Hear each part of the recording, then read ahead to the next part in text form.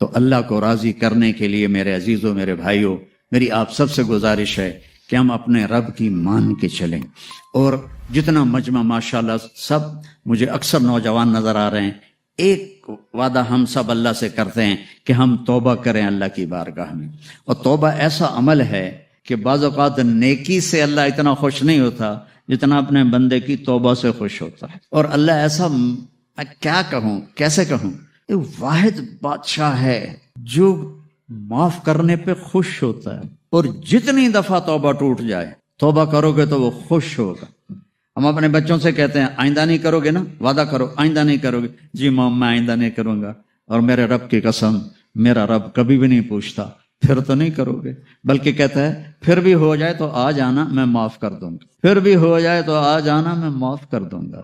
اور اللہ حدیث میں کہتا ہے میرا بندہ تو اتنے گناہ کر کہ روشنی والی زمین کے اوپر ان کو رکھتا جا، اور جا کر آسمان کی چھت سے لگا دے اپنے گناہوں کو، اور پھر صرف ایک دفعہ کہہ دے یا اللہ معاف کر دو، میں سارے ہی معاف کر دوں۔ تو توبہ کرتے ہو؟ کہو یا اللہ میری توبہ۔ آواز نہیں آئی، پھر کہو، پھر ایک دفعہ کہو اللہ کی قسم، اللہ کی قسم، اللہ کی قسم۔ جس نے دل سے کہا ہے وہ پاک ہو گیا، وہ صاف ہو گیا، اس کے سارے چھوٹے بڑے سب گناہ معاف ہو گئے۔ اتنا آسان ہے اللہ کو راضی کرنا۔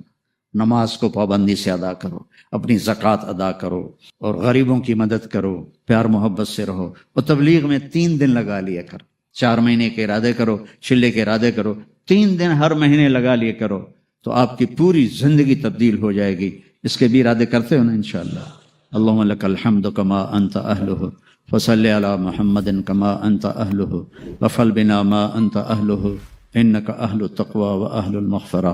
یا اللہ یہ اہل ایمان کا مجمع ہے اور پرائے دیس میں ہے، یا اللہ غیر اسلامی دیس ہے، ہم سب تیرے محبوب کی امت جمع ہیں، ہم نے ابھی توبہ کی ہے، ہماری توبہ کو قبول فرما۔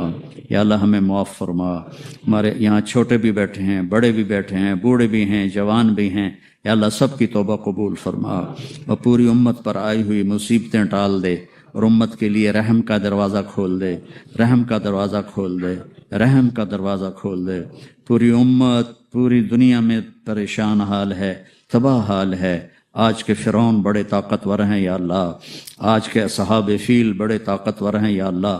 ابرہہ کے اصحاب فیل تو گوشت پوش کے ہاتھیوں والے تھے، ہمارے اصحاب فیل لوہے کے ہاتھیوں والے ہیں، یا اللہ خدائی کے دعوے دار ہیں، اور ہمیں للکارتے ہیں اپنے خدا کو بلاؤ۔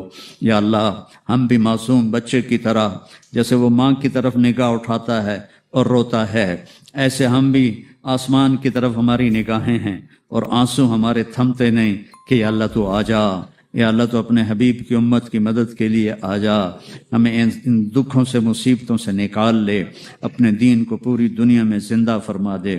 یہ جتنا اہل ایمان یہاں ساؤتھ افریقہ میں ہیں یا دنیا میں جہاں بھی ہیں، ان کی حفاظت فرما، ان کی نسلوں کی حفاظت فرما، ان کی مساجد کو آباد فرما، ان کے مکاتب اور مدارس کو آباد فرما، ان کے کاموں میں برکت دے، ان کی زندگی میں برکت دے، ان کی صحت میں برکت دے، ان میں آپس میں لڑائیاں ختم فرما، وہ مذہب کے نام پر ہوں یا قوم کے نام پر ہوں یا کسی بھی وجہ سے آپس میں ناراض ہوں تو ان کی صلح کروا، ان کی محبتیں قائم فرما۔ اور یا اللہ جتنے ہمارے ایمان پہ رخصت ہو گئے اور قبروں میں چلے گئے، ان کی قبروں کو جنت کا باغ بنا۔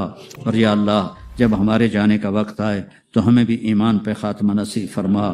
یا اللہ ہم سب تیری رضا میں جمع ہوئے، یا اللہ یہ سارا میں گواہی دیتا ہوں، یہ سارا مجمع تیری رضا کے لیے آیا ہے۔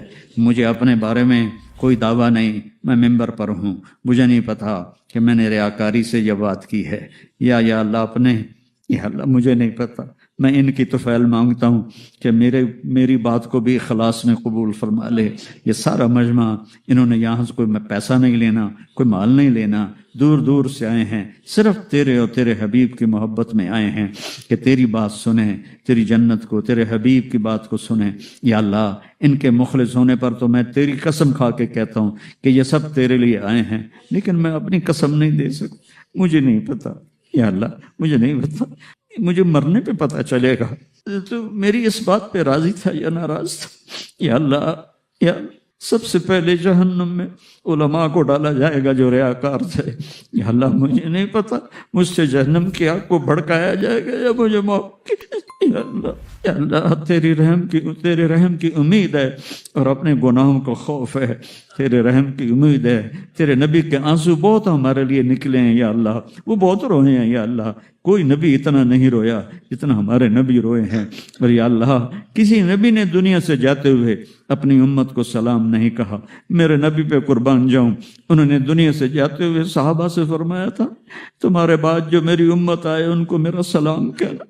ہم کتنے خوش قسمت ہیں کہ تیرے نبی نے ہمیں سلام بھیجا. پھر یا اللہ تیرے نبی نے ہمارے بارے میں ہم اتنے گندے کہ گندگی کا لفظ بھی چھوٹا پڑ گیا ہے ہماری گندگی کے. لیکن تیرے محبوب نے ایک دن فرمایا میرا جی چاہتا ہے میں اپنے بھائیوں کو دیکھوں. صحابہ نے کہا یا رسول اللہ ہم آپ کے بھائی ہیں. کہا نہیں تم میرے صحابی ہو, میرے بھائی وہ ہیں جو مجھے دیکھیں گے نہیں لیکن مجھ پہ ایمان لائیں گے. ہم نے نہیں دیکھا, 1400 سال کا فاصلہ ہے, ہم نے نہیں دیکھا, ہمارے ماں باپ نے دیکھا, ہمارے دادا پردادا نے دیکھا, ہماری اگلی نسل نے دیکھی. میں قربان جاؤں یہ ساری گندیوں کے باوجود تیرا محبوب ہمیں بھائی کہہ رہا ہے, یہ میرے بھائی ہیں. اور قیامت کے دن بھی یا اللہ جب سارے نبی نفسی نفسی کہیں گے تیرا محبوب امتی امتی کہے گا. یا اللہ تجھے تیرے محبوب کی محبت کا واسطہ, ان کے آنسوؤں کا واسطہ. ہماری جھولی خالی ہے, جب تو کہے گا دکھاؤ کیا لائے ہو, ہمارے پاس کچھ نہیں ہے, کیا دکھائیں گے. جب تم کہے گا ارنی ماذا قدمت ہوئے میرے مولا مر گئے حساب نہ لینا. یا اللہ ہم کیا دکھائیں گے, ہمارے پاس ہے کیا, ہم کیا دکھائیں گے, ہمارے پاس ہے کیا. ہم فقیر ہے یا اللہ, فقیر ہے. کھوٹے سکے ہیں دامن میں, ایک تیرا ہی دربار ہے جہاں کھوٹا سکہ چل جاتا ہے, باقی تو کہیں کھوٹے سکے نہیں چلتے. صرف ایک تیرا دربار ہے جہاں کھوٹے سکے چل جاتے ہیں. ہم کھوٹے ایمان والے ہیں, کھوٹی نمازوں والے ہیں, لیکن تیرے محبوب کے آنسوؤں کا ہمیں سہارا ہے, ان کی دعاؤں کا سہارا ہے, تیری رحمت کا سہارا ہے. تو قریب ہے, معاف کرنے کو پسند کرتے. یا اللہ ہم تیری جنت کے حقدار نہیں, ہمیں جہنم سے بچا لے, ہمیں جہنم سے بچا لے, قبر کے عذاب سے بچا لے, حشر کی گرمی سے بچا لے, ننگے ہونے سے بچا لے, جہنم میں گرنے سے بچا لے. اپنے نبی کے ساتھ ہی ہمیں جنت میں جگہ نصیب فرما دے. یا اللہ جس دن تیرے دیدار کا دن آئے تو ہمارا نام لے کر بھی پوچھ رہا ہو کیا حال. سبحان اللہ, تو اپنے پیاروں کے نام لے کر پوچھے گا کیا حال ہے. ہم سے بھی پوچھ لینا کیا حال ہے, ہمارے بارے نیارے ہو جائیں. یا اللہ تو ہم سے راضی ہو جا, ہمیں ایک دفعہ محبت سے دیکھ لے, آسمان سے ایک دفعہ ہمیں محبت سے دیکھ لے, عرشوں سے ہمیں محبت سے دیکھ لے. اور یا اللہ ہمارے ان آنسوؤں کو رحم فرما دے, اور تو کہہ دے میں راضی ہو گیا ہوں. تو کہ ہاں کہہ دے جاؤ میں راضی ہو گیا ہوں. اللہ فرشتے بھی خوش ہو جائیں گے, تیرا حبیب بھی خوش ہو جائے گا, ہمارا بھی کام بن جائے گا. یا اللہ تیرے دربار کا ایک ایسا دربار ہے جہاں کھوٹا سکہ بھی چل جاتا ہے. وَنَسْأَلُكَ خَيْرَ الدُّنْيَا وَالْآخِرَةِ یا ارحم الراحمین. وصلی اللہ تعالی النبی الکریم. ہم جانتے ہی نہیں کہ اس اور اس جہان میں کس طرح کامیاب ہونا ہے کہ اللہ راضی ہو جائے. کامیابی کا مفہوم ڈاکٹروں میں یہ ہے کلینک چل جائے, مریض آنے شروع ہو جائیں, اور وہ لیبارٹریوں سے رابطے ہو جائیں, کمپنیوں سے رابطے ہو جائیں, تو جی وہ تم موجوں ہو گئی. اور تاجر میاں ادریس جیسے ان کی تجارت چل جائے, ان کا کاروبار چل جائے, تو ان کے پروجیکٹ لگنے شروع ہو جائیں. یہ کہیں گے لو جی ساڑیاں تو موجوں ہو گئی. سکسیسفل ہیں, بڑے کامیاب تاجر ہیں. ہر لائن کی مثال دے دیتا ہوں.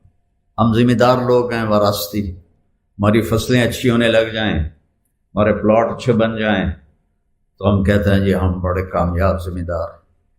اللہ کیا کہتا ہے؟ میں نے ایک چھوٹی سی سورت آدھی تلاوت کی.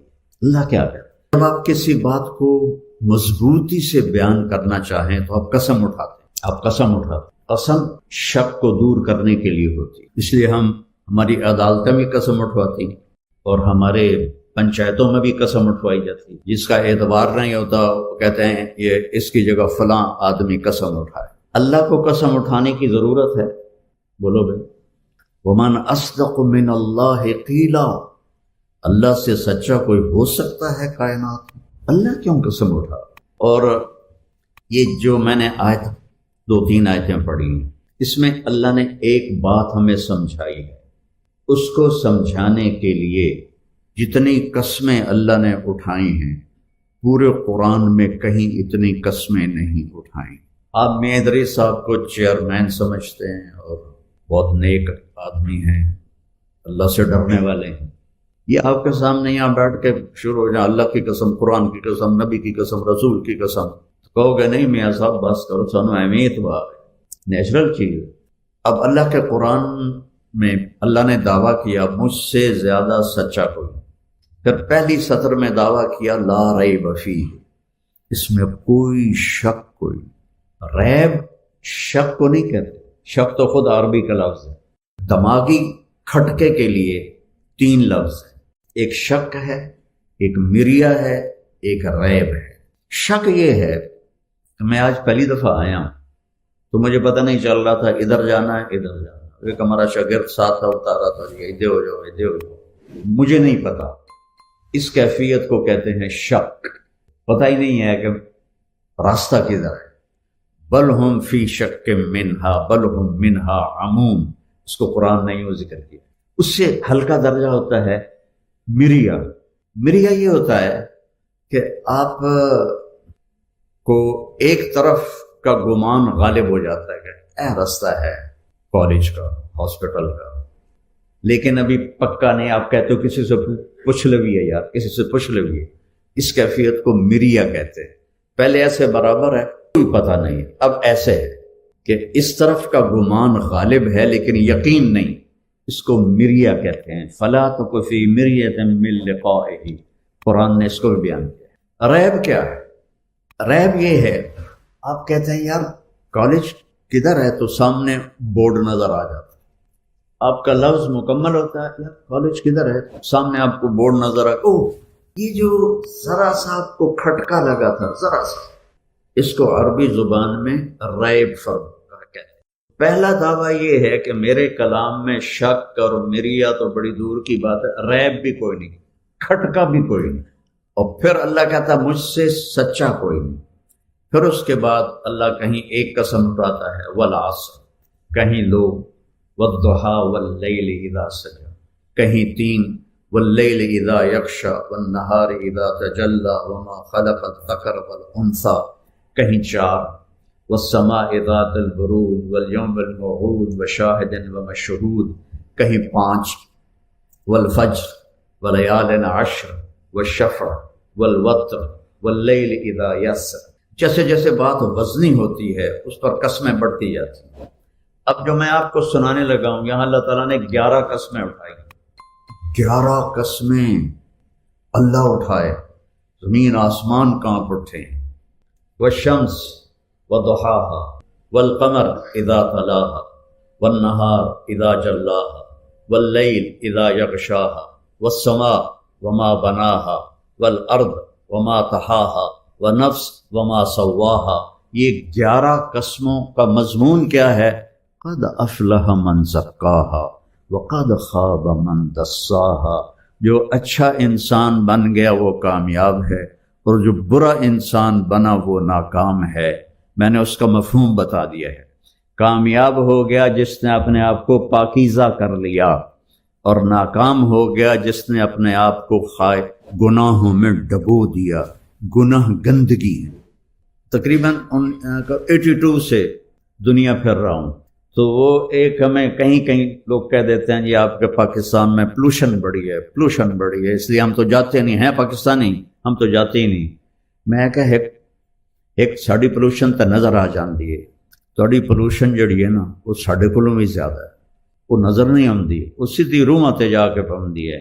وہ ہے کفر کی پولوشن، وہ ہے شرک کی پولوشن، وہ ہے کھلے عام فحاشی کی پولوشن، وہ ہے پتھروں کی پوجا کی پولوشن، وہ اللہ کی کو للکارنے کی پولوشن۔ یہ روحوں کو تباہ کر دیتی ہے، گندا کر دیتی ہے۔ جتنے یہ شوبز میں جاتے ہیں یہ نشے کے بغیر نہیں رہ سکتے۔ آپ کو دیکھنے میں نظر آتا ہے، میرا ڈیپ تعلق ہے ان لوگوں کے ساتھ۔ ہمارے زمانے کا جو تھا نا وہ پاپ سنگر، پہلا پاپ سنگر وہ تھا ایلوس پریسلے امریکہ کا. وہ اس کی جہاں گاڑی کھڑی ہوتی تھی تو لڑکیاں چوم چوم چوم چوم کے اس کی گاڑی کو سرخ کر دیتی تھی, اور وہ ٹائلٹ میں مرا نشوں کی کثرت کی وجہ سے. یہ جنید جمشید جب پہلی ملاقات ہوئی 97 میں, تو اتنی پیک کسی گلوکار کو نہیں نصیب ہوئی جتنی جنید جمشید. ایک اس کا قد و قامت, اس خوبصورتی, آواز. 97 میں پہلی ملاقات ہوئی تو مجھ سے کہنے لگا آپ سے ایک بات پوچھنی. کہ بتاؤ. کہ ایک پاکستانی نوجوان جس گلیمر کو خوابوں میں سوچتا ہے مجھے فزیکلی حاصل ہے, لیکن میرے یہاں اندھیرا ہے. دیکھ رہے ہو بچوں, یہاں اندھیرا ہے, مجھے سکون نہیں. اس کی کیا وجہ ہے؟ میری تو ہر خواہش پوری ہو رہی. میں نے کہا بالکل آسان سی وجہ ہے, تمہارے دائیں گھٹنے میں درد ہے اور تم بائیں گھٹنے پہ دوا لگا رہے ہو. جہاں دوا لگا رہے ہو وہاں درد کوئی نہیں, اور جہاں درد ہے وہاں دوا کوئی نہیں, تو تم ٹھیک کیسے ہوگے؟ بے چینی تمہاری روح میں ہے کہ روح کو میوزک نہیں چاہیے, روح کو لڑکی نہیں چاہیے, روح کو شراب نہیں چاہیے, روح کو 5 اسٹار ہوٹل نہیں چاہیے. قل الروح من امر ربی, یہ اللہ کا امر ہے. تو روح کو اللہ چاہیے, اللہ کا رسول چاہیے, وہ اسے دے دو, چین ہی چین ہے. تو 2002 میں وہ 4 مہینے کے لیے نکلا, 5 سال کے بعد. تو مجھے اس کا فون آیا, کہا جی میں اس وقت بالا کوٹ میں ہوں, ایک ٹوٹی ہوئی مسجد ہے اور ایک ٹوٹا ہوا فرش ہے, ایک پھٹی ہوئی چٹائی ہے, اس پر میں لیٹا ہوا ہوں, اور جو چین میں 5 اسٹار ہوٹلوں میں ڈھونڈتا تھا وہ مجھے یہاں ملا ہوا ہے. مجھے لگتا ہے میں ہوا میں اڑ جاؤں گا, 100 بار چمن مہکا, 100 بار بہار آئی, دنیا کی وہی رونق, دل کی وہی تنہائی. دنیا کی محفلوں سے اگتا گیا ہوں یا رب, کیا لطف انجمن کا جب دل ہی بجھ گیا ہو. دل کا بجھنا جو میرے بیٹے کی موت کے بعد جو میری کیفیت ہے وہ میں آپ کو تو ظاہر نہیں کر سکتا, نہ میں دکھا سکتا ہوں, لیکن مجھے تو ساری دنیا میں رات ہی رات نظر آتی ہے, دن نظر ہی نہیں آتا. کیا لطف انجمن کا جب دل ہی بجھ گیا. تو میرے عزیزو, اچھی مسلمان بنو, اچھی خاتون بنو, اچھے انسان مرد بنو. اس کے لیے سب سے جو پہلی چیز ہے جو اللہ نے ہمیں دی ہے, لا الہ الا اللہ. اپنے اللہ کو معبود بنا کر اس کی ہر بات کے آگے سر جھکا دو. یہ قانون بناتے ہیں آپ کے کالج کا, آپ اس کی خلاف ورزی کریں, زیادہ کریں گے تو آپ کو نکال دیں گے. تو جس رب کے سامنے زمین جھکی ہوئی ہے, آسمان جھکے ہوئے ہیں, سورج جھکا ہوا ہے, چاند جھکا ہوا ہے, دن اور رات کا نظام جھکا ہوا ہے, جس کے سامنے سمندر تابع ہیں, ہوائیں تابع ہیں, جانور تابع ہیں, چوپائے تابع ہیں, پرندے تابع ہیں, جس کی سلطنت بحر و بر پر ہے, جس کی سلطنت ارض و سما پر ہے, جس کی سلطنت مشرق و مغرب پر ہے, جس کی سلطنت شمال و جنوب پر ہے, جس کی سلطنت اوپر اور نیچے تک ہے, جو رات کے اندھیروں میں اسی طرح دیکھتا ہے جیسے دن کو اجالوں میں دیکھتا ہے. میری زبان کے بول کو جس طرح سنتا ہے ایسی میرے دل کی دھڑکنوں سے اٹھنے والی وہ صدا کو سنتا ہے. وہ اوپر کے نظام کو سنبھالتا ہے تو نیچے سے غافل نہیں, وہ نیچے والوں کو سنبھالتا ہے تو اوپر والوں سے غافل نہیں ہے, وہ انسانوں کو سنبھالتا ہے تو جنات سے غافل نہیں ہے, وہ جنات کو سنبھالتا ہے تو جانوروں سے غافل نہیں ہے, وہ جانوروں کو سنبھالتا ہے تو پرندوں سے غافل نہیں ہے, وہ پرندوں کو سنبھالتا ہے تو مچھلیوں سے غافل نہیں ہے, وہ صحراؤں کو سنبھالتا ہے تو پہاڑوں سے غافل نہیں ہے, وہ جنگلوں کو سنبھالتا ہے تو سمندروں سے غافل نہیں ہے, وہ ہواؤں کو چلاتا ہے تو بادلوں سے غافل نہیں ہے, وہ بادلوں کو برساتا ہے تو وہ ہواؤں سے غافل نہیں ہے. لا تأخذہ سنہ, اتنا بھی نہیں ہوتا, وہ نہ اونگ ہے, نہ نوم ہے, نہ اس کو کھانے کی ضرورت, نہ پینے کی ضرورت, نہ سونے کی ضرورت. اور عجیب بات, اب سب بچے بچیاں پروفیسر سارے ہم جگہ گھیر کے بیٹھے ہوئے, جگہ ہے نا, ہر جاندار جگہ گھیرتا ہے. میرا خالق اور مالک وہ کیسا ہے؟ سبح للہ ما فی السماوات والارض وهو العزیز الحکیم. کل کائنات تیرے اللہ کی تسبیح پڑھتی ہے، تم پڑھو یا نہ پڑھو. لہو ملک السماوات والارض یحیی و یمیت وهو علی کل شیء قدیر. زمین و آسمان کا شہنشاہ ہے، ہر چیز پہ قادر ہے. آئیے اگلی آیت سنانا تھی. هو الاول والآخر والظاہر والباطن وهو بكل شیء علیم. وہ اول، وہ آخر، وہ ظاہر، وہ باطن. اس کو میرے نبی نے بیان کیا. اول اس سے پہلے کچھ نہیں، آخر اس کے بعد کچھ نہیں، ظاہر اس کے اوپر کچھ نہیں، باطن اس سے چھپا ہوا کچھ نہیں. اور اللہ کہتا ہے لا یحویہ مکان. میں تو کسی مکان میں نہیں رہتا ہوں، کسی جگہ میں نہیں رہتا ہوں. جگہ سے پاک ہے، زمانے سے پاک ہے. کیا چیز ہے؟ تو دل میں تو آتا ہے، سمجھ میں نہیں آتا. بس جان گیا میں تیری پہچان یہی ہے.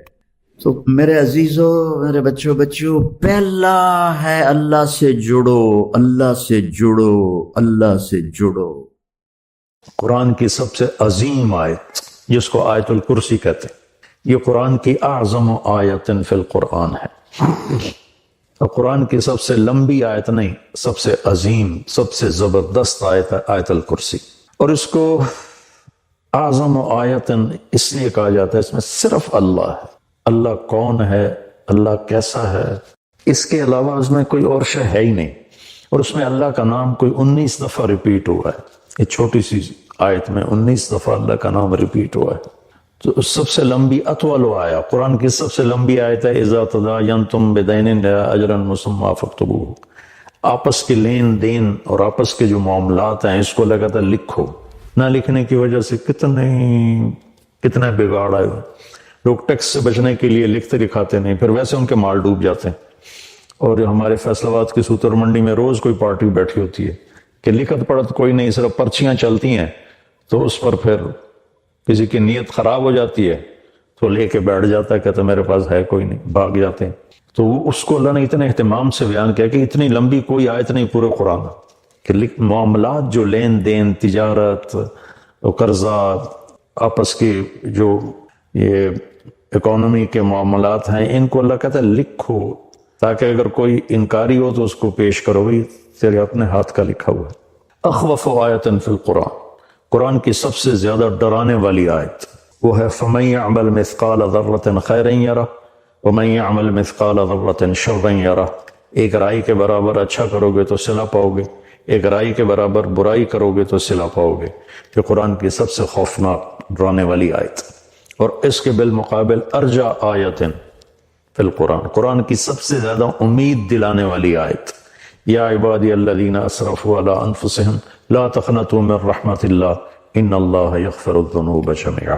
کہ میرے نافرمان بندو جنہوں نے اپنے نفسوں پہ ظلم کیا، اللہ کی رحمت سے مایوس نہ ہو، تم توبہ کرو میں سارے معاف کر دوں.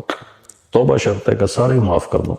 اور اللہ اپنی رحمت کو ایک حدیث میں اللہ کے نبی نے بتایا. اللہ یوں بیان فرماتے ہیں ابن آدم لو بلغت ذنوبک عنان السماء ثم استغفرتنی غفرت لک ولا ابالی. میرے بندے اگر تو اتنے گناہ کر کے زمین سے اٹھا کے آسمان کی چھت کو لگا دے، پھر صرف ایک دفعہ کہہ دے یا اللہ میری توبہ، تو میں ساری معاف کر دوں گا، ولا ابالی، اور مجھے کوئی پرواہ نہیں ہوگی. اور یہ قرآن کی سب سے امید والی آیت ہے، اور قرآن کی سب سے زیادہ عدل والی آیت، اور قرآن کی سب سے زیادہ اعتدال والی آیت. ان اللہ یأمر بالعدل والاحسان وایتاء ذی القربى وینہی عن الفحشاء والمنکر والبغی یعظکم لعلکم تذکرون.